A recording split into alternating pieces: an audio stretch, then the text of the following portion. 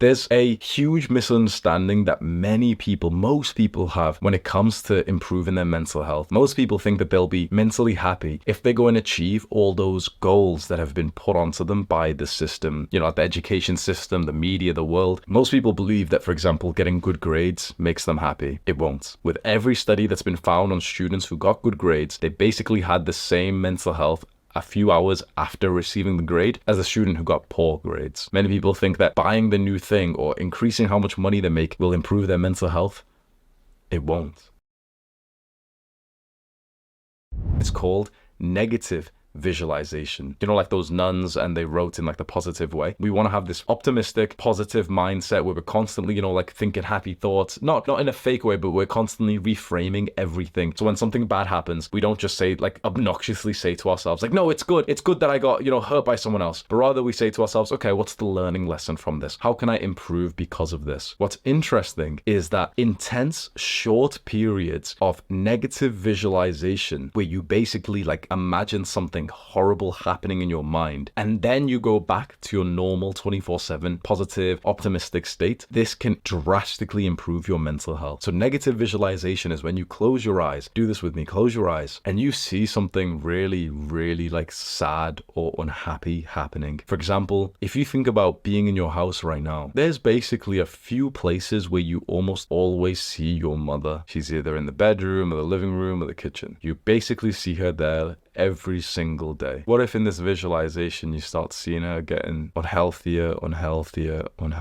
She's got this doctor's appointment coming up and she's feeling stressed about it, but your whole family's saying, nah, sure, it won't be anything. And what if she does come back with tears in her eyes and she's got some bad news to tell you? You're almost in disbelief. You can't imagine that this is actually the truth, that your mother's been told that she doesn't actually have much longer to live. And the bad news has infested her mind, and so she went from looking like an ordinary, healthy mother to withering away so much quicker. And if we teleport you now into the hospital with her in the bed and she looks significantly older, you've got that horrible dry throat pain, that lump in your throat, that pain in your chest, in and out of the hospital, trying to manage it with your schoolwork, trying to manage it with your friends and the girl that you want to get with. And the worst does happen. She does pass away. When you do drive home with your father and with your siblings, it's like a silence, weeping ride home. And you get back home and she isn't there. You can distract yourself for today. You can go onto your computer, you can watch some YouTube videos, you can scroll on your phone. In the middle of the night when you're sleeping, you've got this sense of sadness and you don't really remember why. You're almost questioning, like, wait, why am I sad again? Like, why did... And then it hits you. That loss that can never be reclaimed. And when you wake up the next day and every other day after that and you go downstairs, she's not in the few spots that she used to be.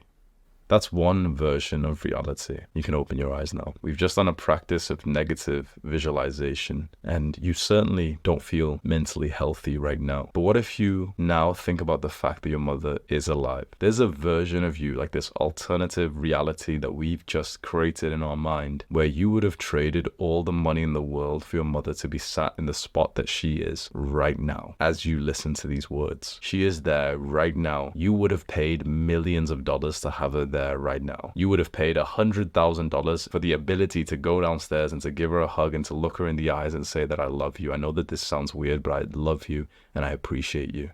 And you have that opportunity right now. You can see how powerful this is. And so to finish off this actionable step, go and take action with whatever desire you have right now. Maybe you want to send her a message. Maybe you want to go and see her or talk to her, because now you've actually opened your mind to the possibility of her not being in your life anymore. Negative visualization is very, very powerful. And you can do this with people. You can do this with things. You can even do this with your own hands. You can think to yourself, what if I lost a hand? What if I broke my leg and I always walked with a limp? I'd pay $1 million not to lose my hand. And you've got it right now. You could look at your hand with awe right now and think to yourself, I would pay like $1 million. I would pay tens of millions of dollars to not lose this hand. And here I am in this kind of strange way, appreciating my hand for the first time just since childhood. When we get to a certain age, we just get used to all these like magnificent things, like our family, like our limbs, and we don't appreciate them anymore. And so when you do negative visualization, you visualize losing that thing. And then when you come back into reality, you feel so good that you've got it again. And it makes you appreciate these things that we take for granted. It's a very powerful process. And when I walk people through that, there's usually a lot of tears. If you're crying right now, I'm sorry I made you cry, but you can take a few minutes, scroll down to the comments, write your experience there. I'm sure there's other guys who are saying that they started tearing up through that as well.